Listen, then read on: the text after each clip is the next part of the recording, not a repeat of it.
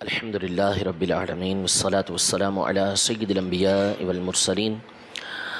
أما بعد فأعوذ بالله من الشيطان الرجيم بسم الله الرحمن الرحيم الصلاة والسلام عليك يا رسول الله وعلى آلك وأصحابك يا حبيب الله الصلاة والسلام عليك يا نبي الله وعلى آلك وأصحابك يا نور اللہ۔ امام قاضی ایاز بن موسیٰ الیحصبی المالکی رحمۃ اللہ تعالی علیہ، ان کی سیرت مصطفیٰ صلی اللہ تعالی علیہ وآلہ وسلم پر ایک مشہور و معروف کتاب ہے الشفاء بتعریف حقوق المصطفیٰ، جس کو عمومی طور پر شفا شریف کہا جاتا ہے۔ یہ عظیم الشان کتاب ہے انشاءاللہ، جس کے ابھی فضائل اور جس کے بارے میں علماء کے اقوال ہم ذکر کریں گے۔ تو اس کتاب کو الحمدللہ عز وجل دور حدیث شریف کے اندر انشاءاللہ تلاوت کی جائے گی، اس کو پڑھا جائے گا، اور اس کے ضمن میں انشاءاللہ تبارک و تعالی حضور سرور دو عالم صلی اللہ تعالی علیہ وسلم کے جو فضائل و کمالات شفا شریف کے اندر موجود ہیں، یا اس کی شروحات کے اندر جو علماء نے لکھے ہیں، یا دیگر کتابوں میں جو علماء نے لکھے ہیں، انشاءاللہ تبارک و تعالی اس ضمن کے اندر وہ باتیں بھی ہم بیان فرمائیں گے۔ تو انشاءاللہ تبارک و تعالی کچھ باتیں ابتدائی اس حوالے سے ہم سنیں گے۔ اللہ رب العزت جل وعلا ہم سب کو اخلاص کے ساتھ بیان کرنے اور سننے کی توفیق عطا فرمائے، شیطان کے دخل سے، ریاکاری سے، عجب سے، حب جاہ سے اللہ رب العزت جل وعلا اپنے حبیب کریم صلی اللہ تعالی علیہ وسلم کی سیرت کے طفیل ہمیں محفوظ رکھے۔ کچھ باتیں ابتدا میں جو خاص سیرت مطہرہ سے متعلق ہیں، کچھ مقدمات سمجھ لیں، تمہیدی باتیں سمجھ لیں، وہ میں عرض کرتا ہوں، نوٹ فرما لیجئے، انشاءاللہ تبارک و تعالی یہ فائدہ دیں گے آپ کو۔ سب سے پہلے بنیادی بات یہ کہ حضور سرور دو عالم صلی اللہ تعالی علیہ وسلم کی جو سیرت مبارکہ ہے، جو فضائل و کمالات ہیں، یہ کبھی ختم نہیں ہو سکتے، اور اس پر بہت سارے دلائل یہ قرآن و حدیث سے بھی موجود ہیں اور مشاہدے کے بھی موجود ہیں، یعنی بندہ مشاہدہ کرتا ہے، غور و فکر کرتا ہے، تو اس ضمن میں بھی اس کے سامنے یہ باتیں واضح ہوتی ہیں کہ نبی کریم صلی اللہ تعالی علیہ وسلم کی جو ذات اقدس ہے، اس کے جو کمالات ہیں، اللہ تبارک و تعالی نے جو مقامات نبی کریم صلی اللہ تعالی علیہ وسلم کو عطا فرمائے ہیں، اس کی کوئی انتہا نہیں ہے۔ اس کی انتہا کیا ہے، اس کا آخر کیا ہے، یہ صرف اللہ تبارک و تعالی جانتا ہے، اور اس کے بتائے سے اس کے حبیب صلی اللہ تعالی علیہ وسلم جانتے ہیں۔ علماء نے یہاں تک ارشاد فرمایا کہ سرور دو عالم صلی اللہ تعالی علیہ وسلم کے مقام و مرتبے جو ہیں، یہ نہ روز قیامت رکیں گے، اس میں اضافہ ہوتا رہے گا، بلکہ جنت میں داخل ہونے کے بعد بھی حضور علیہ الصلوۃ والسلام کے مقامات کے اندر، درجات کے اندر، رتبے کے اندر جو ہے وہ اضافہ ہوتا ہی رہے گا۔ قرآن پاک میں کئی مقامات پر اس کی وضاحت موجود ہے۔ سورۃ الکہف کے آخر میں اللہ تبارک و تعالی نے ارشاد فرمایا کہ اے محبوب آپ فرمائیے کہ اگر سمندر سارے میرے رب کے کلمات کو لکھنے کے لیے سمندر سارے کے سارے سیاہی بن جائیں، تو یہ سارے کے سارے سمندر ختم ہو جائیں گے، میرے رب کے کلمات ختم نہیں ہوں گے، اگرچہ کہ ہم اس کی مثل اور سمندر لے کر آ جائیں۔ تو اس آیت میں اللہ تبارک و تعالی نے یہ ارشاد فرمایا کہ سمندر سارے کے سارے اللہ تبارک و تعالی کے کلمات کو لکھنے کے لیے سیاہی بن جائیں، تو یہ سمندر تو ختم ہو سکتے ہیں، لیکن اللہ تبارک و تعالی کے کلمات نہیں ختم ہو سکتے۔ ابھی کلمات ہیں کیا؟ اس سے کیا مراد ہے کلمات سے؟ تو شیخ محقق شیخ عبدالحق محدث دہلوی رحمۃ اللہ تعالی علیہ نے مدارج النبوہ میں یہ ارشاد فرمایا کہ بعض مفسرین نے یہاں پر کلمات رب سے مراد، اللہ تبارک و تعالیٰ کے کلمات سے مراد نبی کریم صلی اللہ تعالیٰ علیہ وسلم کے فضائل و کمالات مراد لیے ہیں۔ تو اب اس تفسیر کو سامنے رکھتے ہوئے اس آیت کا معنی یہ بنے گا کہ اگر سمندر سارے کے سارے یہ نبی کریم صلی اللہ تعالیٰ علیہ وسلم کے فضائل و کمالات کو لکھنے کے لیے سیاہی بن جائیں تو یہ لکھتے رہیں گے لکھتے رہیں گے لکھتے رہیں گے، سمندر ختم ہو جائیں گے، لیکن نبی کریم صلی اللہ علیہ وسلم کے فضائل و کمالات کبھی ختم نہیں ہو سکیں گے۔ دوسری آیت مبارکہ جو مشہور آیت ہے سورہ والضحیٰ کی، کہ اللہ تبارک و تعالیٰ نے ارشاد فرمایا وَلَلْآخِرَةُ خَيْرٌ لَكَ مِنَ الْأُولَىٰ، کہ اے محبوب آپ کی ہر آنے والی گھڑی آپ کی گزری ہوئی گھڑی سے بہتر ہے، یعنی ہر آنے والی گھڑی میں جو آپ کا مقام اور مرتبہ ہے وہ پہلی گزری ہوئی گھڑی سے اچھا اور بہتر ہے۔ امام غزالی رحمۃ اللہ تعالیٰ علیہ اور دیگر بزرگوں نے یہ ارشاد فرمایا اس آیت کریمہ کے تحت کہ نبی کریم صلی اللہ تعالیٰ علیہ وسلم کے جو مقامات رفیعہ ہیں، بلند درجات ہیں، ان میں ہر لمحہ یہ اضافہ ہوتا رہتا ہے، ہر لمحہ اضافہ ہوتا رہتا ہے۔ یعنی یہ اس آیت کے ضمن کے اندر ارشاد فرمائے کہ جو پہلی والی گھڑی سے آنے والی گھڑی بہتر ہے، وہ کس طرح ہے کہ آنے والی گھڑی کے اندر ایک مقام اور بڑھ گیا اور مرتبہ بڑھ گیا، یعنی بندے نے سانس لیا، سانس لینے کے ساتھ ہی نبی کریم صلی اللہ علیہ وسلم کا مقام و مرتبہ بڑھ چکا ہوتا ہے۔ تو چونکہ اللہ تبارک و تعالیٰ کی بارگاہ میں مقامات کی کوئی حد نہیں ہے، جس طرح وہ لامحدود ہے تو اس کے جو مقامات ہیں، اس کی بارگاہ میں جو حاصل کرنے کے مقامات ہوتے ہیں، اس کی بھی کوئی حد نہیں ہے۔ تو اس لیے نبی کریم صلی اللہ تعالیٰ علیہ وسلم کا مقام و مرتبہ جہاں ابھی سب سے زیادہ ہے تو وہ بڑھتا ہی رہتا ہے، بڑھتا ہی رہتا ہے۔ لہذا بندہ ایک فضیلت بیان کرے گا اور ابھی وہ فضیلت بیان کر کے فارغ نہیں ہوا ہوگا کہ اللہ تبارک و تعالیٰ مزید فضیلت نبی کریم صلی اللہ تعالیٰ علیہ وسلم کو عطا فرما چکا ہوگا۔ تو یوں حضور علیہ الصلوۃ والسلام کے جو فضائل ہیں، آپ کے جو کمالات ہیں، آپ کے جو مرتبے ہیں، ان کو بالکلیہ مکمل طور پہ بیان کرنا کسی انسان کے بس میں ہے ہی نہیں، کہ وہ بیان کر ہی نہیں سکتا مکمل طور پر۔ یہ ایک وجہ ہے حضور علیہ الصلوۃ والسلام کی سیرت طیبہ کے انسانی اعتبار سے غیر منتہی ہونے کے، لامتناہی ہونے کے، اس وجہ سے کہ آپ کے مقام و مرتبے بڑھتے ہی رہتے ہیں۔ ایک اور وجہ بھی علماء نے لکھی ہے جو آگے انشاءاللہ آ رہی ہے، کہ حضور علیہ الصلوۃ والسلام کی جو سیرت طیبہ مسلسل بیان کی جاتی ہے، مسلسل آپ کی شان و فضیلت کے اندر کتابیں لکھی جاتی ہیں، ہر دور کے اندر، ہر زبان کے اندر آپ کی سیرت طیبہ لکھی گئی، تو اس کی ایک وجہ انشاءاللہ آگے سبق کے اندر آ رہی ہے۔ اچھا، اب جب کمالات اور فضائل، مقامات یہ ابتدا سے انتہا تک چلتے وہی آ رہے ہیں اور چلتے ہی رہیں گے، تو نبی کریم صلی اللہ تعالیٰ علیہ وسلم کی جو سیرت طیبہ ہے، اس کو بیان کرنے کا جو سلسلہ ہے یہ تو ازل سے، جب اللہ تبارک و تعالیٰ نے مخلوق کو پیدا فرمایا تو اس وقت انبیاء کرام علیہم السلام کی جو ارواح تھیں، ان کے سامنے سب سے پہلے نبی کریم صلی اللہ علیہ وسلم کے فضائل بیان فرمائے۔ ان کی ارواح سے اللہ تبارک و تعالیٰ نے یہ میثاق لیا، پختہ وعدہ لیا۔ مشہور آیت کریمہ ہے قرآن پاک کی سورہ آل عمران کے اندر کہ وَإِذْ أَخَذَ اللَّهُ مِيثَاقَ النَّبِيِّينَ لَمَا آتَيْتُكُم مِّن كِتَابٍ وَحِكْمَةٍ ثُمَّ جَاءَكُمْ رَسُولٌ مُصَدِّقٌ لِّمَا مَعَكُمْ لَتُؤْمِنُنَّ بِهِ وَلَتَنصُرُنَّ، یعنی اس وقت کو یاد کیجئے جب اللہ نے تمام نبیوں سے اس بات کا پختہ وعدہ لیا کہ میں تم کو کتاب و حکمت دینے والا ہوں، میں نے تمہیں کتاب و حکمت دی، پھر تمہارے پاس ایک رسول آئے، عظیم الشان رسول، کہ جو تمہاری باتوں کی تصدیق کرنے والا ہو تو تم ضرور ان پر ایمان لانا اور ان کی ضرور مدد کرنا۔ اس آیت کے تحت سیدنا عبداللہ بن عباس رضی اللہ تعالی عنہما نے فرمایا کہ یہ بات تو طے ہے کہ نبی کریم صلی اللہ تعالی علیہ وسلم خاتم الانبیاء والمرسلین ہے، آپ کا زمانہ تمام انبیاء کرام علیہم السلام کے بعد ہے، تو اللہ تبارک و تعالی نے تمام انبیاء سے اس بات کا جو وعدہ لیا کہ وہ نبی کریم صلی اللہ علیہ وسلم پر ایمان لے کر آئیں گے،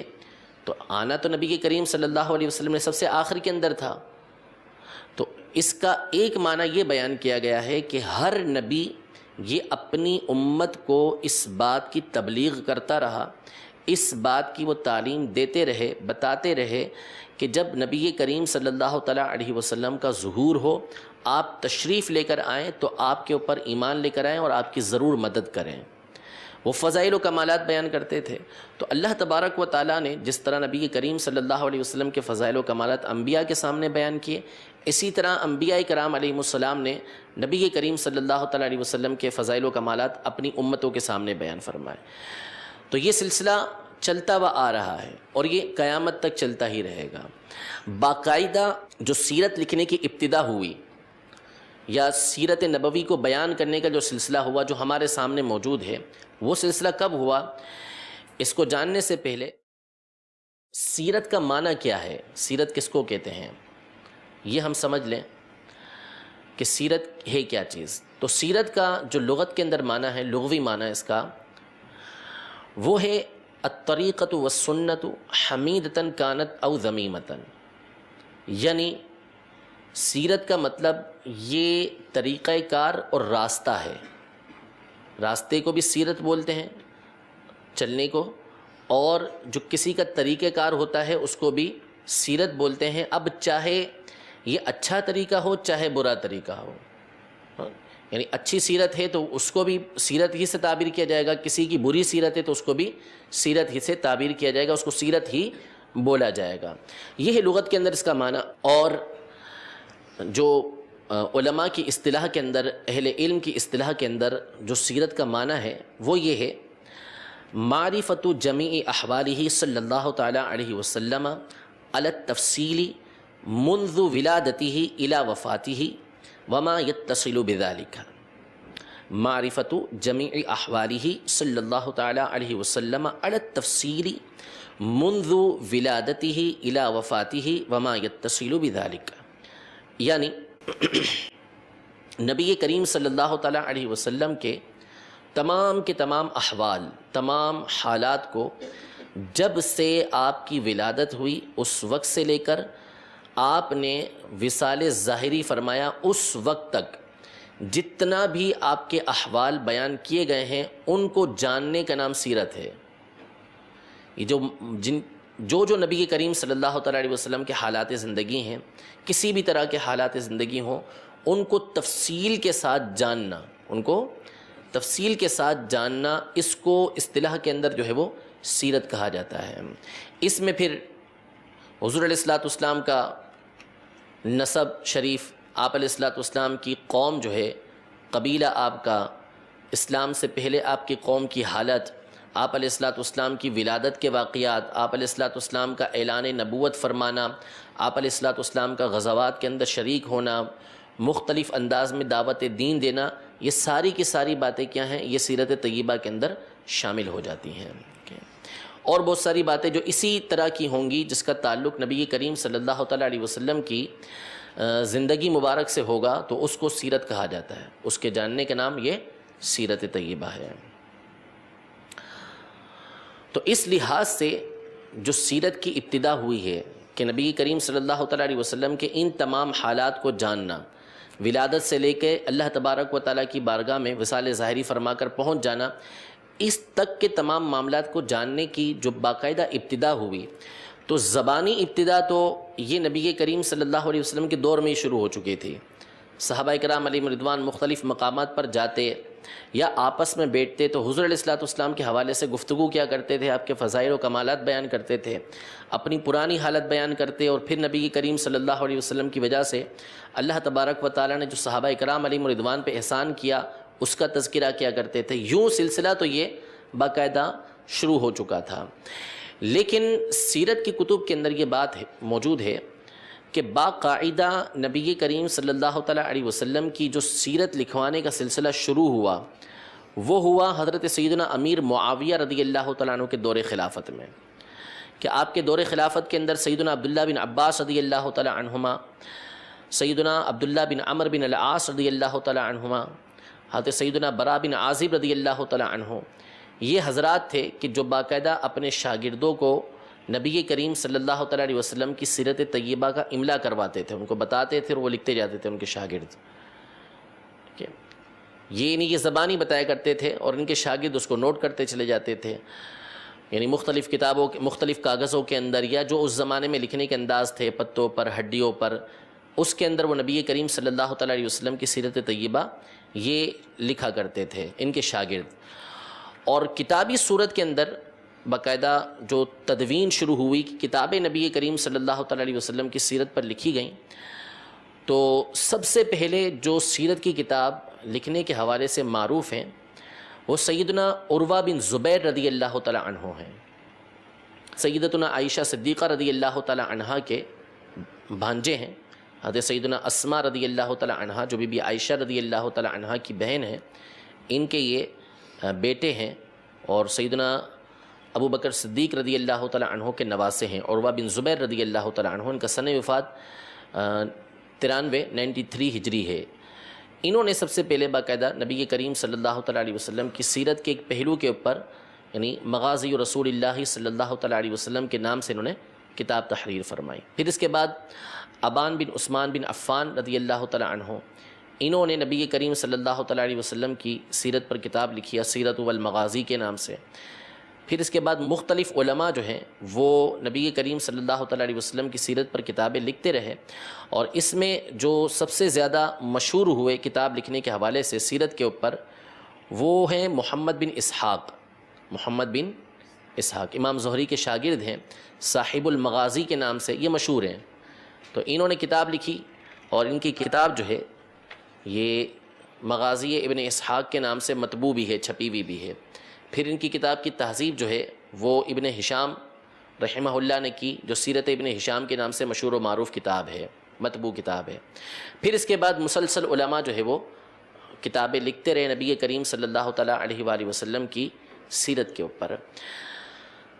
آگے بڑھنے سے قبل سیرت کی جو کتابیں ہیں اس کی علماء نے مختلف قسمیں بیان کی ہیں کہ سیرت کی کتابیں کس کس طرح کی ہوا کرتی ہیں۔ سیرت کی کتابوں کی مختلف قسمیں بیان کی گئی ہیں۔ اس کو آگے بڑھنے سے پہلے ہم یہ جان لیں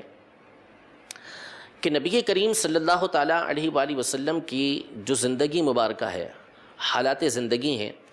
اس کے اکثر حصے کو ہم 3 چیزوں پر منقسم کر سکتے ہیں کہ حضور علیہ الصلوۃ والسلام کی جو سیرت طیبہ ہے، جو حالات زندگی ہیں، یہ 3 باتیں اس کے اندر بنیادی ہیں۔ نمبر 1 شمائل، نمبر 2 خصائص، نمبر 3 معجزات۔ نمبر 1 شمائل، نمبر 2 خصائص، نمبر 3 معجزات۔ شمائل، خصائص اور معجزات، یہ 3 چیزیں ہیں۔ شمائل سے مراد نبی کریم صلی اللہ تعالیٰ علیہ وآلہ وسلم کی عادات اور آپ کے زندگی کے عمومی حالات، مثلا حضور علیہ الصلوۃ والسلام کا زہد و تقوی، عمومی حالات، اور آپ علیہ الصلوۃ والسلام کی زندگی کے عمومی حالات اور آپ کے عادت و اطوار، آپ کے اخلاق۔ مثلا زہد و تقوی ہے، سخاوت ہے، خوش اخلاقی ہے، خوشبو ہے، خوشبو کی معرفت حضور علیہ الصلوۃ والسلام کی، لباس کی معرفت حضور علیہ الصلوۃ والسلام کی کہ لباس کیسا ہوا کرتا تھا، نالین مقدس کی معرفت، پہچان، امامہ شریف، ٹوپی شریف، حلیہ مبارکہ، یعنی کیسا نبی کریم صلی اللہ علیہ وسلم کا حلیہ مبارکہ تھا، یہ انداز گفتگو حضور علیہ الصلوۃ والسلام کا، آپ علیہ الصلوۃ والسلام کے جو فیصلے تھے مختلف مقامات پر، وہ استعمال کی اشیاء حضور علیہ الصلوۃ والسلام کی، جیسے برتن، سواریاں وغیرہ، مختلف لوگوں سے مختلف انداز میں گفتگو کا انداز، آپ کے گھر کے اندر آپ علیہ الصلوۃ والسلام کا طرز زندگی، جب کوئی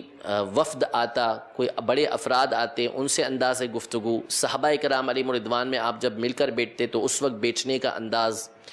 یعنی زندگی کے جو عمومی حالات ہیں کہ صبح سے رات تک عام طور پہ بندہ جس طریقے سے زندگی گزارتا ہے، صبح اٹھ کر نبی کریم صلی اللہ علیہ وسلم سب سے پہلا کام کیا کرتے تھے؟ مسواک کیا کرتے تھے، اللہ کی بارگاہ میں حاضر ہو کر نماز ادا کیا کرتے تھے، پھر کچھ آرام فرماتے، پھر فجر کے لیے آپ تشریف لے جایا کرتے تھے۔ یہ جو سلسلہ شروع ہو کر رات سونے تک جو عمومی حالات، اس میں چاہے لباس کا معاملہ ہو، چاہے آپ کی اشیاء کا معاملہ ہو، تو رات تک کے جو عمومی حالات ہیں اس کو شمائل کہا جاتا ہے، اس کو شمائل کہا جاتا ہے۔ اس حوالے سے علماء نے کافی ساری کتابیں لکھی ہیں۔ اس میں جو سب سے مشہور و معروف کتاب جس کو بڑی مقبولیت حاصل ہوئی ہے وہ امام ابو عیسیٰ محمد بن عیسیٰ یعنی امام ترمذی رحمۃ اللہ تعالیٰ علیہ کی مشہور کتاب ہے، جس کو شمائل ترمذی بھی کہتے ہیں، الشمائل المحمدیہ والخصائص المصطفیہ، اس کو شمائل محمدیہ بھی بولتے ہیں مختصراً، اور اس کو شمائل ترمذی بھی عام طور پہ ہمارے یہاں بولا جاتا ہے۔ اس میں آپ علیہ الصلوۃ والسلام نے، حضور علیہ الصلوۃ والسلام کی جو زندگی کے مختلف انداز ہیں، مختلف چیزیں ہیں، ان کا تذکرہ کیا ہے آپ امام ترمذی رحمۃ اللہ تعالی علیہ نے۔ تو اس کتاب کو اللہ نے بڑی مقبولیت عطا فرمائی، اور اس کی بہت ساری شروحات علماء نے لکھی، اس کو باقاعدہ درس کے اندر شامل کیا گیا۔ یہ انشاءاللہ تبارک و تعالی اللہ نے ہمیں توفیق دی تو شفا شریف اگر مکمل ہوئی تو اس کے بعد انشاءاللہ یہ شمائل محمدیہ جو امام ترمذی کی کتاب ہے، اس کو بھی ہم درس کے اندر شروع کریں گے انشاءاللہ عز و جل۔ اس کتاب کی ایک شرح علامہ جلال الدین سیوطی شافعی رحمۃ اللہ تعالی علیہ نے زہرۃ الخمائل علی الشمائل، زہرۃ الخمائل علی الشمائل کے نام سے لکھی۔ ایک کتاب امام ابراہیم بن محمد الباجوری رحمۃ اللہ تعالی علیہ، شیخ الازہر تھے، انہوں نے المواہب اللدنیہ کے نام سے کتاب لکھی ہے۔ المواہب اللدنیہ، ایک مواہب لدنیہ امام قسطلانی کی ہے، وہ الگ سیرت کی کتاب ہے، وہ جدا کتاب ہے، اور ایک کتاب یہ جو شمائل محمدیہ امام ترمذی کی کتاب ہے اس کی شرح ہے المواہب اللدنیہ، یہ بھی مطبوع کتاب ہے، چھپی ہوئی کتاب ہے یہ۔ اسی طرح امام ابن حجر ہیثمی رحمۃ اللہ تعالی علیہ نے ایک اس کی شرح لکھی ہے اشرف الوسائل کے نام سے، اشرف الوسائل الی فہم الشمائل۔ ایک شرح اس کی جو ہے ملا علی قاری رحمۃ اللہ تعالی علیہ نے جمع الوسائل فی شرح الشمائل، جمع الوسائل فی شرح الشمائل کے نام سے لکھی ہے۔ تو اس کتاب کے اندر اور اس کے شروحات کے اندر جو ہے نبی کریم صلی اللہ تعالی علیہ وسلم کی جو شمائل ہیں، جو عمومی زندگی ہے، اس کو ذکر کیا گیا ہے، ٹھیک ہے۔ تو ان کے ذریعے سے جو ہے وہ نبی کریم صلی اللہ تعالی علیہ وسلم کے ان عادات کا، ان اخلاق کا جو ہے وہ ایک معتد بھی حصہ، ایک بہت بڑا حصہ جو ہے ان کتابوں کے ذریعے سے ہم جان سکتے ہیں کہ حضور علیہ الصلوۃ والسلام عام زندگی کے اندر کس کس طرح کی گفتگو فرمایا کرتے تھے، کس طرح کی چیزیں آپ استعمال کرتے تھے، آپ کا زندگی گزارنے کا عمومی طریقہ کیا تھا۔ یہ پہلی چیز ہے شمائل۔ اسی شمائل کو آداب اور اخلاق بھی بولتے ہیں، آداب اور اخلاق بھی بولتے ہیں۔ امام ابو الشیخ رحمۃ اللہ تعالی علیہ، ان کی کتاب اخلاق النبی صلی اللہ علیہ وسلم و آدابہ، اخلاق النبی صلی اللہ علیہ وسلم و آدابہ۔ اسی طرح امام بغوی رحمۃ اللہ تعالی علیہ کی کتاب الانوار فی شمائل النبی المختار، الانوار فی شمائل النبی المختار۔ یہ سارے حضور علیہ الصلوۃ والسلام کی یہ شمائل کے اوپر کتابیں موجود ہیں۔ تو بیان کرنے کا مقصد یہ ہے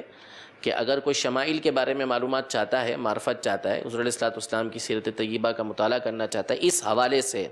تو اس کے لیے شمائل ترمذی نام کی کتاب موجود ہے، اور دیگر کتابیں بھی ہیں۔ تو شمائل ترمذی وہ کتاب ہے کہ جس کا اردو ترجمہ بھی ہوا ہے، یعنی مترجم بھی ہے، اردو ترجمہ بھی اس کا موجود ہے، اہل سنت کی طرف سے کیا گیا ہے۔ تو اس کا مطالعہ جو مدنی چینل کے ناظرین ہیں جو عربی نہیں جانتے وہ بھی بآسانی کر سکتے ہیں۔ دوسری چیز ہے خصائص۔ خصائص یعنی وہ باتیں کہ جو نبی کریم صلی اللہ تعالیٰ علیہ وسلم کے ساتھ خاص ہیں اور آپ علیہ الصلوۃ والسلام کے بعد کسی کو نہیں مل سکتی۔ آپ علیہ الصلوۃ والسلام کے ساتھ خاص ہیں اور آپ علیہ الصلوۃ والسلام کے بعد کسی کو وہ چیز مل نہیں سکتی۔ اب ان خصائص کی مختلف قسمیں ہیں کہ خصوصیت حضور علیہ الصلوۃ والسلام کی جو ہے، بعض خصوصیات وہ ہیں کہ جس میں تمام انبیاء کرام علیہم السلام شریک ہیں، سب شریک ہیں اس کے اندر، ٹھیک ہے۔ جیسے وصف نبوت اور رسالت، نبی ہونا، رسول ہونا، یہ انبیاء کرام علیہم السلام اور رسول اعظام علیہم السلام جو ہیں ان کے ساتھ خاص ہے، یہ سارے کے سارے اس کے اندر ہوتے ہیں۔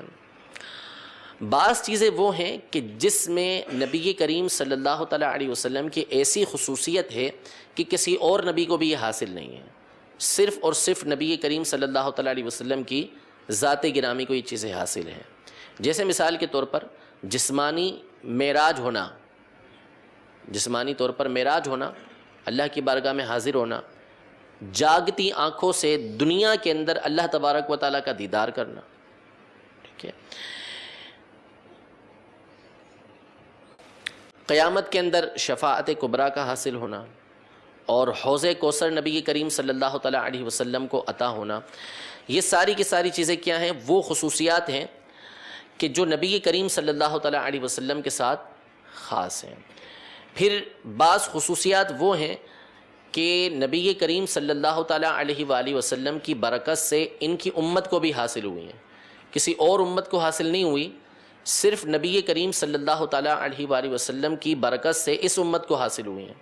جیسے مثال کے طور پر زمین کا ہر جگہ پر نماز پڑھنے کے لیے جائز ہو جانا، یعنی زمین کے ہر خطے کے اوپر جو ہے وہ مسلمان جہاں زمین اس کو ملتی ہے، پاک زمین، وہ اس زمین کے اوپر نماز پڑھ سکتا ہے۔ اس کے لیے یہ ضروری نہیں کہ نماز کا وقت آ گیا تو اب اس کو قریب میں مسجد نہیں ہے تو اس سے نماز ساقط ہو گئی یا اس کو نماز پڑھنے کی اجازت نہیں ہوگی، بلکہ جہاں اس کو خطہ زمین ملتا ہے، پاک حصہ ملتا ہے، تو وہاں پر یہ کیا کر سکتا ہے؟ نماز ادا کر سکتا ہے۔ یہ ہماری خصوصیات میں سے ہے۔ اسی طرح جو پانچوں نمازوں کا مجموعہ ہے، ایک ساتھ 5 نمازیں، یہ کسی پچھلی امت کو عطا نہیں ہوئی، پچھلے کسی بھی نبی کو نہیں ملی، یہ نبی کریم صلی اللہ تعالیٰ علیہ وسلم کے صدقے میں اس امت کا خاصہ ہے۔ اس امت کا خاصہ ہے کہ پانچوں کی پانچوں نمازیں یہ صرف ہمیں عطا کی گئی ہیں۔ تو بعض خصوصیات وہ ہیں کہ جو نبی کریم صلی اللہ تعالیٰ علیہ وسلم کی ذات گرامی کی برکت کی وجہ سے اس امت کو بھی حاصل ہوئی ہیں۔ یہ انشاءاللہ پورا باب جو ہے انہوں نے باندھا ہے قاضی ایاز مالکی رحمۃ اللہ تعالیٰ علیہ نے شفا کے اندر، تو اس کو انشاءاللہ تبارک و تعالیٰ ذکر کریں گے۔ خصائص کے حوالے سے، یعنی ایک تو خصائص جو نبی کریم صلی اللہ تعالیٰ علیہ وسلم کے ساتھ خاص ہیں، اور بعض خصوصیت جو انبیاء کرام علیہ السلام کو بھی ملی ہیں، بعض وہ ہیں کہ جو نبی کریم صلی اللہ تعالیٰ علیہ وسلم کے صدقے میں اس امت کو بھی حاصل ہوئی ہیں۔ اس پر جامع ترین جو کتاب ہے وہ علامہ جلال الدین سیوطی شافعی رحمۃ اللہ تعالیٰ علیہ کی تصنیف ہے الخصائص الکبریٰ کے نام سے، الخصائص الکبریٰ کے نام سے۔ اس پر سیدی اعلیٰ حضرت امام اہل سنت کا حاشیہ بھی موجود ہے الخصائص الکبریٰ کے اوپر۔ اس میں آپ نے جو ہے وہ نبی کریم صلی اللہ تعالیٰ علیہ وسلم کی جو خصوصیات تھیں اس کا تذکرہ کیا ہے۔ سیدی اعلیٰ حضرت امام اہل سنت کا ایک رسالہ ہے تجلی الیقین کے نام سے، تجلی الیقین بأن نبینا سید المرسلین، یعنی نبی کریم صلی اللہ تعالیٰ علیہ وسلم تمام انبیاء کے سردار ہیں، تمام انبیاء کے جو ہے وہ سید ہیں، ان کے پیشوا ہیں۔ اس حوالے سے اعلیٰ حضرت امام اہل سنت کا یہ رسالہ ہے، تو اس میں بھی اعلیٰ حضرت نے حضور علیہ الصلوۃ والسلام کی کئی خصوصیات بیان کی ہیں جو آپ علیہ الصلوۃ والسلام کے ساتھ خاص ہیں۔ تیسری چیز جو ہے وہ ہے معجزات۔ تو معجزہ آپ جانتے ہیں کہ وہ کام کہ جو نبی سے بطور تحدی، چیلنج جو ہے وہ صادر ہوتا ہے، اللہ تبارک و تعالیٰ عطا فرماتا ہے، اور وہ کام ایسا ہوتا ہے کہ جو عادتاً نہیں ہوتا، وہ کام عادتاً نہیں ہوتا، اور اللہ تبارک و تعالیٰ نبی کے دعوی نبوت کے بعد یہ ان کو عطا فرماتا ہے جو ان کے ہاتھوں پر ظاہر ہوتا ہے۔ ٹھیک ہے، مختلف معجزات نبی کریم صلی اللہ علیہ وسلم کے، اس پر بھی انشاءاللہ تبارک و تعالیٰ کتاب کے اندر تفصیلی بحث آئے گی، پورا ایک باب ہے معجزات کا نبی کریم صلی اللہ تعالیٰ علیہ وسلم کا۔ تو یہ 3 چیزیں ہیں، شمائل، خصائص اور معجزات۔ معجزات کے حوالے سے بھی ابن کثیر کی جو ایک کتاب ہے معجزات الرسول صلی اللہ تعالیٰ علیہ وسلم کے نام سے۔ اچھا، ان تینوں کے اوپر علماء نے مختلف کتابیں لکھی ہیں، تو یہاں سے ہمیں معلوم ہو گیا کہ سیرت طیبہ کی کتابوں کی مختلف قسمیں ہیں۔ بعض سیرت طیبہ کی کتابیں وہ ہیں کہ جس میں حضور علیہ الصلوۃ والسلام کے جتنے احوال اس مصنف کے بس کے اندر تھے وہ اس نے لکھ ڈالے، یعنی ابتدا ہوئی نبی کریم صلی اللہ تعالیٰ علیہ وسلم کی ولادت سے یا اس سے بھی پہلے سے، حالات زندگی لکھے اس زمانے کے، اور اس سے پہلے جو قوم کے حالات تھے وہ بھی لکھے، اور نبی کریم صلی اللہ تعالیٰ علیہ وسلم کے دنیا سے تشریف لے جانے یعنی وصال ظاہری فرمانے تک کے حالات انہوں نے اس کے اندر لکھ ڈالے، اور اسی ضمن میں انہوں نے صحابہ کرام علیہم رضوان کے حالات بھی لکھ ڈالے۔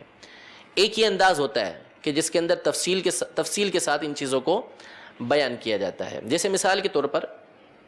علامہ شامی صالحی رحمۃ اللہ تعالیٰ علیہ، امام جلال الدین سیوطی شافعی رحمۃ اللہ تعالیٰ علیہ کے شاگرد ہیں، ان کی کتاب ہے سبل الہدا والرشاد کے نام سے، سبل الہدا والرشاد، یہ تقریباً 15 جلدوں میں کتاب ہے، 15 جلدوں میں نبی کریم صلی اللہ تعالیٰ علیہ وسلم کی سیرت پر کتاب ہے، اور انہوں نے اس کے اندر بہت زیادہ مواد اس حوالے سے جمع کیا ہے، لیکن جیسا کہ میں نے جملہ یہ عرض کیا تھا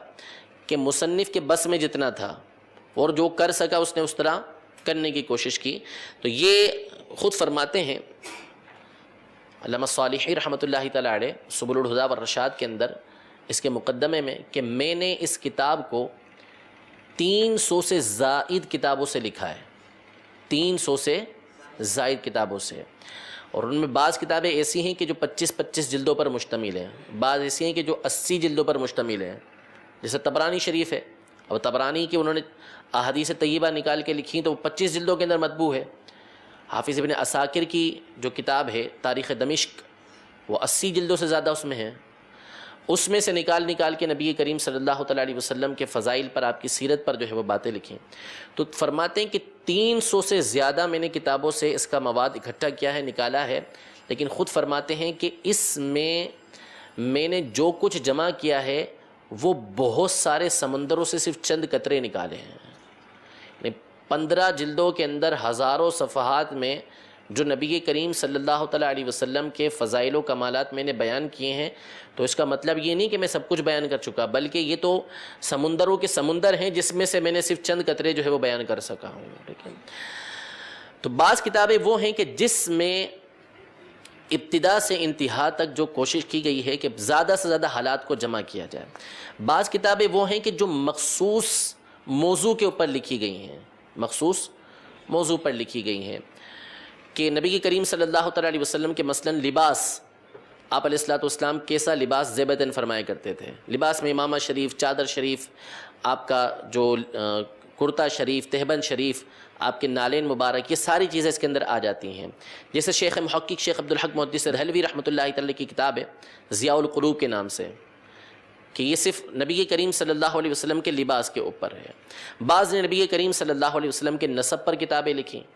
جیسے امام سخاوی کی کتاب ہے حضور علیہ الصلوۃ والسلام کے نسب کے اوپر. نسب کے حوالے سے بتایا گیا کہ حضور علیہ الصلوۃ والسلام کے آبا و اجداد کے حالات، یا آپ علیہ الصلوۃ والسلام کے خاندان کے حوالے سے. بعض نے خاص اہل بیت اطہار کے حوالے سے کتابیں لکھیں. بعض نے حضور علیہ الصلوۃ والسلام کی سیرت کا کوئی خاص پہلو لیا، کوئی خاص فضیلت لی. جیسے مثال کے طور پر جو ہے حضور علیہ الصلوۃ والسلام کی ذات گرامی وہ ہے کہ جس کی وجہ سے بلائیں دور ہوتی ہیں، مصیبتیں دور ہوتی ہیں. خاص اس موضوع کو لے کر سیدی اعلیٰ حضرت امام اہل سنت نے کتاب لکھی الامن والعلا کے نام سے، الامن والعلا. اس میں سیدی اعلیٰ حضرت نے صرف نبی کریم صلی اللہ علیہ وسلم کا یہ پہلو ثابت کرنے کے لیے کہ آپ علیہ الصلوۃ والسلام کی ذات وہ ہے کہ جو بلاؤں کو دور کرتی ہے، مصیبتوں کو دور کرتی ہے، اس کے لیے آپ نے تقریباً 60 آیتیں اور 300 احادیث طیبہ ذکر فرمائی ہیں. تو یہ معلوم ہوا کہ سیرت طیبہ جو لکھی گئی ہے وہ مختلف پہلوؤں پر لکھی گئی ہے، اور اعلیٰ حضرت امام اہل سنت نے اس حوالے سے سیرت کی بہت ساری کتابیں لکھی ہیں. اس حوالے سے سیرت کی بہت ساری کتابیں لکھی ہیں. یعنی آپ نے حضور علیہ الصلوۃ والسلام کی اسناد کو بیان کیا. ابھی ایک رسالے کا میں نے ذکر کیا تجلی الیقین کے نام سے، اس میں آپ سے سوال کیا گیا تھا کہ آپ کے زمانے کے بعض افراد نے حضور علیہ الصلوۃ والسلام کے افضل المرسلین ہونے کا انکار کر دیا تھا، کہ آپ علیہ الصلوۃ والسلام کو رسول مانا لیکن سب سے افضل ہیں. اس کو ماننے کے بارے میں کچھ لوگوں نے شبے کا اظہار کیا، تو سیدی اعلیٰ حضرت نے دلائل کا ڈھیر لگا کے جو ہے وہ اس بات کو ثابت کیا کہ نبی کریم صلی اللہ تعالیٰ علیہ وسلم تمام انبیاء کرام علیہ السلام کے سردار ہیں. تو یہ ایک خاص موضوع لیا اور اس کے اوپر سیرت طیبہ کو لکھ ڈالا. تو اس حوالے سے سیدی اعلیٰ حضرت امام اہل سنت کی بہت ساری کتابیں موجود ہیں، بہت سارے رسائل موجود ہیں. مثلا ایمان والدین مصطفیٰ کے حوالے سے، حضور علیہ الصلوۃ والسلام کے جو والدین ہیں ان کے ایمان کے ثبوت کے حوالے سے سیدی اعلیٰ کا رسالہ ہے شمول الاسلام کے نام سے. تو یوں بہت ساری کتابیں سیدی اعلیٰ حضرت نے بھی لکھی ہیں، اور کئی دوسرے بزرگوں نے خاص ایک موضوع لے کر حضور علیہ الصلوۃ والسلام کی سیرت کے اوپر کتاب لکھی ہے. تو یوں سیرت طیبہ یہ مختلف انداز میں لکھی جاتی رہی ہے، اور انہی میں سے ایک کتاب جو ہے یہ شفا شریف ہے، الشفاء بتعریف حقوق المصطفیٰ. اس کا خاص موضوع یہ آگے خود بیان کرتے ہیں. خاص موضوع تو یہ بیان کرنا ہے ان کا کہ حضور علیہ الصلوۃ والسلام کی ذات کی طرف کن باتوں کی نسبت کی جا سکتی ہے، کون سی باتیں ہیں کہ جن کی نسبت نبی کریم صلی اللہ تعالیٰ علیہ وسلم کی طرف نہیں کی جا سکتی. حضور علیہ الصلوۃ والسلام کی اس امت کے اوپر حقوق کیا ہیں، لوگوں کے اوپر حقوق کیا ہیں، ان باتوں کو خاص طور پر اس کتاب کے اندر بیان کیا گیا ہے. ٹھیک ہے. اور اس کے علاوہ اس کتاب کے اندر بہت ساری باتیں ہیں جس کا پورا تفصیلی انشاءاللہ آگے ذکر کر رہے ہیں. تو یہ معلوم ہو گیا کہ شفا شریف کا جو مقصود ہے وہ سیرت مصطفیٰ صلی اللہ تعالیٰ علیہ وسلم کے مختلف پہلوؤں کو بیان کرنا ہے، مختلف پہلوؤں کو بیان کرنا ہے۔ مثلا حضور علیہ الصلوۃ والسلام کی تعریف جو اللہ تبارک و تعالیٰ نے کی ہے، حضور علیہ الصلوۃ والسلام کی تعریف جو احادیث مقدسہ کے اندر آئی ہیں، حضور علیہ الصلوۃ والسلام کی تعریف جو اقوال علماء کے اندر آئی ہیں، حضور علیہ الصلوۃ والسلام کے حقوق یہ بیان کیے گئے۔ نعوذ باللہ حضور علیہ الصلوۃ والسلام کی شان کے اندر جو گستاخی کرتا ہے اس کا حکم کیا ہے، یہ ساری باتیں اس شفا شریف کے اندر بیان کی گئی ہیں۔ یہ کتاب ہے کیا، اس کی اہمیت کیا ہے کہ سیرت طیبہ کے اوپر جب سے کتاب لکھی گئی ہیں اس وقت سے لے کر آج تک اس کتاب سے بڑھ کر اللہ تبارک و تعالی نے کسی کتاب کو مقبولیت عطا نہیں فرمائی۔ ایسی کتاب ہے کہ ہر زمانے کے اندر جو ہے اس کی اہمیت لوگوں کے سامنے باقی رہی، یعنی مصنف کا اخلاص اور جس طرح انہوں نے نبی کریم صلی اللہ علیہ وسلم کی محبت کے اندر ڈوب کر حضور علیہ الصلوۃ والسلام کے فضائل و کمالات، آپ کے حقوق بیان کیے ہیں، تو اللہ تبارک و تعالی نے اس کتاب کو ایسی مقبولیت عطا فرمائی، ایسی مقبولیت عطا فرمائی کہ ہر زمانے میں علماء اس کو پڑھنا جو ہے وہ باعث فضیلت سمجھتے ہیں۔ یہ قاضی ایاز مالکی رحمۃ اللہ تعالی علیہ یہ جو تھے یہ مغرب کی طرف کے رہنے والے ہیں، یعنی اندلس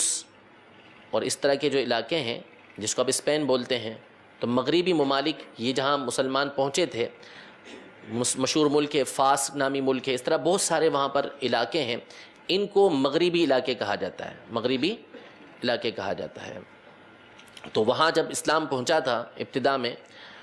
تو ایک بڑی سلطنت مسلمانوں کی وہاں پر اندلس کے نام سے قائم ہوئی تھی اور جگہ جگہ اسلام پہنچا تھا وہاں پر، تو بڑے بڑے علماء وہاں پر پیدا ہوئے، بہت بڑی بڑی ہستیاں وہاں پر پیدا ہوئیں جنہوں نے عالم اسلام میں ایسی ایسی نادر تصانیف چھوڑی ہیں کہ جس کی مثل آج تک نہیں لکھی گئی۔ حافظ ابن عبد البر رحمۃ اللہ تعالی علیہ اہل علم کے نزدیک مشہور و معروف ہستی ہیں، آپ نے موطا امام مالک کی بڑی بڑی شروحات لکھی، التمہید کے نام سے، الاستذکار کے نام سے کئی کتابیں آپ نے لکھی ہیں۔ حافظ عبد الحق الشبیلی رحمۃ اللہ تعالی علیہ ہیں، بہت بڑے محدث گزرے ہیں۔ تو یہ جو اندلس کا علاقہ ہے، مغربی علاقہ ہے، یہاں سے کئی علماء پیدا ہوئے اور انہی میں سے ایک قاضی ایاز مالکی رحمۃ اللہ تعالی علیہ ہیں۔ اعلیٰ حضرت امام اہل سنت کے ایک شاگرد ہیں علامہ عبد الحی بن عبد الکبیر القطانی رحمۃ اللہ تعالی علیہ، عبد الحی بن عبد الکبیر القطانی رحمۃ اللہ تعالی علیہ، یہ بھی ملک فاس کے رہنے والے تھے، مغربی علاقے کے رہنے والے تھے۔ سیدی اعلیٰ حضرت امام اہل سنت نے مدینہ منورہ کے اندر، مکہ مکرمہ کے اندر جب علماء کو حدیث کی اجازت دی تھی، اپنی سند عطا فرمائی تھی، تو سب سے پہلے ان کو عطا فرمائی تھی عبد الحی بن عبد الکبیر القطانی رحمۃ اللہ تعالی علیہ کو۔ ان کی ایک مشہور کتاب ہے فہرس الفہارس کے نام سے، فہرس الفہارس کے نام سے۔ انہوں نے اپنی اس کتاب کے اندر امام تلمسانی رحمۃ اللہ تعالی علیہ کا قول لکھا ہے کہ جو سورج جب طلوع ہوتا ہے وہ کہاں سے طلوع ہوتا ہے؟ مشرق سے طلوع ہوتا ہے، اور غروب کہاں ہوتا ہے؟ مغرب کے اندر طلوع ہوتا ہے۔ تو یہ اہل مشرق کی ایک فضیلت ہے کہ ہماری طرف سے سورج آتا ہے اور جاتا کہاں ہے؟ اہل مغرب کی طرف۔ تو اہل مشرق کو اہل مغرب پر یوں ایک فضیلت حاصل ہوتی ہے۔ یہ ابن سعد التلمسانی رحمۃ اللہ تعالی علیہ فرماتے ہیں کہ بعض شیوخ نے یہ فرمایا کہ کانت الشمس تطلع علی الناس من المشرق وتغرب فی المغرب، کہ بعض علماء، بعض شیوخ نے یہ فرمایا کہ جو سورج ہے یہ مشرق سے طلوع ہوتا ہے اور مغرب میں غروب ہوتا ہے۔ وَجَاءَنَا نَحْنُ أَهْلَ الْمَشْرِقِ شَمْسٌ أُخْرَى مِنَ الْمَغْرِبِ الْأَقْصَى، یعنی اہل مغرب جو ہے ان کی طرف سے ہمارے پاس ایک دوسرا سورج آ گیا ہے، ہمارے پاس ایک دوسرا سورج آ گیا۔ ایک تو سورج ہے جو یہ آسمان والا سورج ہے جس سے جو ہے وہ ہر جگہ روشنی پھیلتی ہے اور دن ہوتا ہے اس کے آنے کی وجہ سے، وہ مشرق سے آ کے مغرب میں جاتا ہے، یوں ہمیں فضیلت مل جاتی ہے۔ لیکن اہل مغرب ایک دوسرا سورج ہمارے پاس لے کر آ گئے اور بہت دور سے لے کر آئے مغرب کے علاقے سے، اور وہ فرماتے ہیں الا وہی کتاب الشفاء للقاضی العیاض رحمۃ اللہ تعالی علیہ،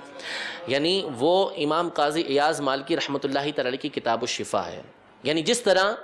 سورج جب طلوع ہوتا ہے اور دن خوب روشن ہو جاتا ہے دن خوب روشن ہو جاتا ہے۔ تو اسی طرح یہ کتاب الشفا ہے کہ جو آئی تو مغرب کی طرف سے ہے، لیکن ایسا سورج ہے کہ جو اہل ایمان کے دلوں کو روشن کر کے رکھ دیتا ہے۔ نبی کریم صلی اللہ تعالیٰ علیہ وسلم کی محبت جو ہے اس کے سورج کو دلوں کے اندر نکال کے رکھ دیتا ہے، اجاگر کر دیتا ہے حضور علیہ الصلوۃ والسلام کی محبت کو۔ اس لیے کتاب الشفا جو ہے اس کو سورج سے تعبیر کیا انہوں نے۔ اسی طرح انہی کے علاقے کے ایک اور بزرگ ہیں محمد بن جعفر القطانی رحمۃ اللہ تعالیٰ علیہ، محمد بن جعفر القطانی رحمۃ اللہ تعالیٰ علیہ، ان کی بھی کتاب ہے الرسالۃ المستطرفہ کے نام سے، الرسالۃ المستطرفہ، یہ ان کی کتاب ہے۔ اس میں انہوں نے احادیث طیبہ اور احادیث طیبہ سے متعلق جو کتابیں ہوتی ہیں، جیسے سیاہ ستہ ہیں یا دیگر حدیث کی کتابیں ہیں، اسی سے متعلق اسماء و رجال کی کتابیں یا حدیث کی شروحات ہیں، ان کا تعارف لکھا ہے، ان کا تعارف لکھا ہے۔ اور اسی طرح جو مصنفین ہیں ان کا تعارف لکھا ہے، یعنی مثال کے طور پر بخاری شریف کا تعارف لکھا، بخاری شریف لکھنے والے یعنی امام بخاری رحمۃ اللہ تعالی علیہ ان کا تعارف لکھا۔ اس طرح ہر کتاب کا یہ تعارف لکھتے ہیں اور اس کے مصنف کا تعارف لکھتے ہیں۔ تو اسی میں انہوں نے شفا شریف کا تذکرہ ان الفاظ کے ساتھ کیا ہے، فرماتے ہیں ہوا کتاب عظیم النفع وکثیر الفائدۃ لم یؤلف مثلہ فی الاسلام، یعنی یہ جو شفا ہے یہ بہت نفع والی کتاب ہے، عظیم النفع، نفع اس کے اندر بہت زیادہ ہے، کثیر الفائدہ، بہت زیادہ اس کے اندر فوائد موجود ہیں، اور اسلام میں اس کی مثل کوئی کتاب لکھی نہیں گئی،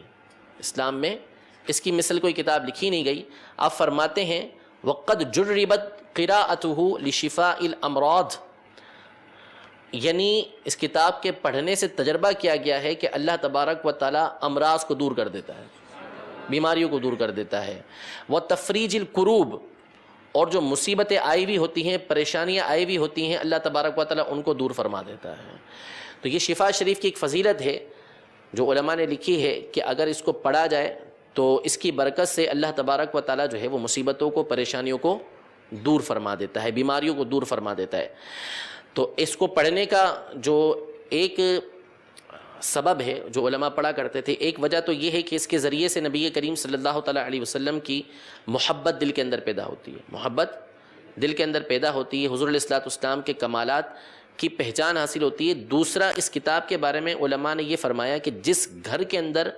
شفا شریف موجود ہوتی ہے، اللہ تبارک و تعالیٰ اس کتاب کی برکت سے اس گھر سے آسیب کو دور فرما دیتا ہے، مصیبتوں کو دور فرما دیتا ہے۔ تو ایک وجہ اس کی جو سبب جو بنتا ہے، اس کے پڑھنے کا جو فائدہ حاصل ہوتا ہے، وہ دنیاوی پریشانیاں اور مصیبتیں بھی اللہ تبارک و تعالیٰ دور فرماتا ہے۔ یہ کئی کتابوں کے لیے علماء نے اس طرح لکھا ہے،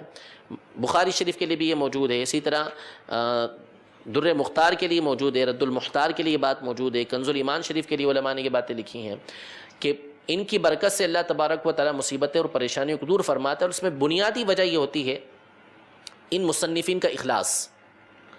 کہ جس اخلاص کے ساتھ یہ لکھتے ہیں اور ان کا مقصود صرف اللہ تبارک و تعالیٰ کو راضی کرنا ہوتا ہے، نبی کریم صلی اللہ تعالیٰ علیہ وسلم کی رضا ہوتی ہے،